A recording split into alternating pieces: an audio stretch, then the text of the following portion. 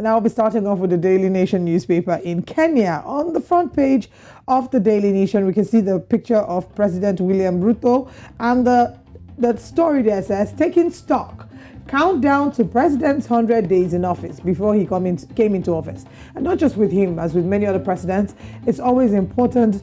The world, the citizens are always talking about the first 100 days in office. Ruto's hits and misses, and you can see them here. So let's start with the misses and then we'll end with the hits. Misses, giving women 50% of cabinet, which is something that we talked about on the show as well. Missing policy to regularize parking and zero-rated interest credit. And he missed automate revenue collection. And in the middle of missing and getting it right, we have allocate funds to implement country charters, reform justice institutions, that's the DCI, NPS, EACC, AG, DPP, and judiciary, operationalize judiciary fund. And to look at the things that he's gotten right, establish women rights agency in the office of the president, appoint the 6 judges Uhuru Kenyatta had refused admission, allocate his deputy a signed performance contracted portfolio, and finally establish the 50 shillings billion hustler fund. It's a mixed scorecard as Kenya Kwanzaa clocks 100 days in power on Thursday, with reality dawning on Kenyans that they will wait longer for the president to honor some of his pledges. And now they've begun an audit of the plan that was launched by President Ruto at Karasani, Nairobi on June 30th. The details of the story is on pages 6 and 7. Security, puzzle of journalist in Grenade drama, page 2. Police checking if there are any links to terrorism. Primary teachers in junior high set for promotion. And these are teachers who will be deployed to teach junior high school, GSS. They will be promoted when the new level rolls out in January. The teachers will be additional to the 30,550 the government is hiring to teach junior high, which will be domiciled in primary schools. Still on the front page, we have on the opinion poll corner, call a Kamukunji on reforms. And at the top of the paper, we have change impeachment law. Governors now want parliament to come up with legislation. And final story, suspect held in baby's horror attack. That's all we can take this morning on the Daily Nation in Kenya.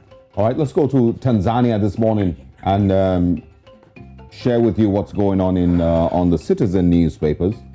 It says here, Mpango warns over blockage of Ruaha River. It says Vice President Philip Mpango yesterday pledged action over activities that have resulted in restricted flow of water to the Great Ruaha River, which is key in hydropower generation and wildlife sustenance. It also says aviation looks back at a year of mixed fortunes. You can see that story on page 4. PM calls for local poultry investors to be protected. That's on page 3 of the Citizen this morning. And of course, international stories. ANC rejects Ramaphosa as a party, re-elects, Ramaphosa as party chief on page 16. We can also find the outgoing EALA speaker to return to FIFA ethics job. Finally, council rejects proposed SGR fares. That's at the bottom of the screen of the Citizen newspapers, and that's all that we'll be taking on the Citizen this morning. Now let's go to the Punch newspapers this morning in Nigeria.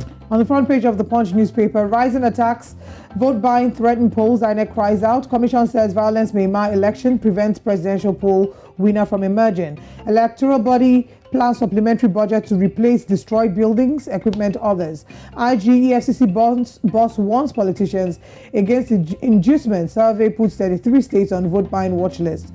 Money laundering, Okukwe pays 13 million naira, escapes 2-year jail term. That's, of course, what we're talking about much later on the show. Protest as Lagos policemen enforcing ban kill motorcyclist. My husband confessed to oral sex with my niece, doctor's wife. And this is still following up with the Dr. Femi case that has been making the rounds on social media in Lagos, Nigeria. Federal government plans 2.4 billion naira rehab centers for repentant terrorists. Court stops Emefiele's arrest, groups back CBN governor. Naira redesign will affect poor Nigerians, SME says World Bank. And final story, federal government begins 11 power projects, plans 3,750 megawatts generation. That's all we can take this morning on The Punch. Now go to the Daily Trust newspapers in Nigeria. Scores of bandits, 13 soldiers killed in Zamfara. Bauchi clashes.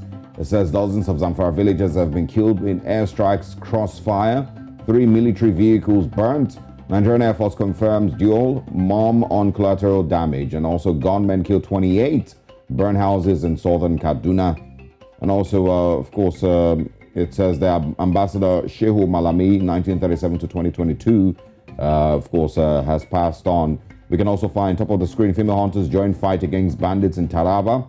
2022 polls, political parties accuse governors of sabotage. Finally, this morning, arms deal, Okupe convicted, pays 13 million naira fine.